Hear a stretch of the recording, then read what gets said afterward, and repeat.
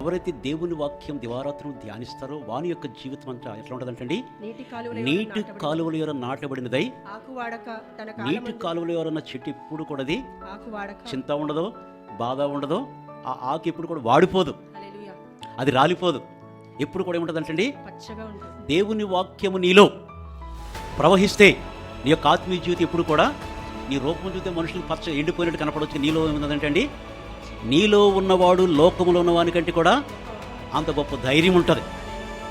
వాడు ఎవడికి భయపడడు.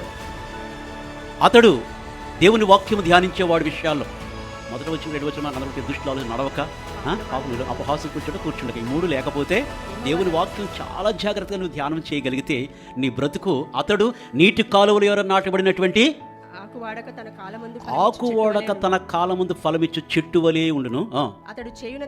అతడు ఏది చేసినా సఫలీకృతం అవుతుంది.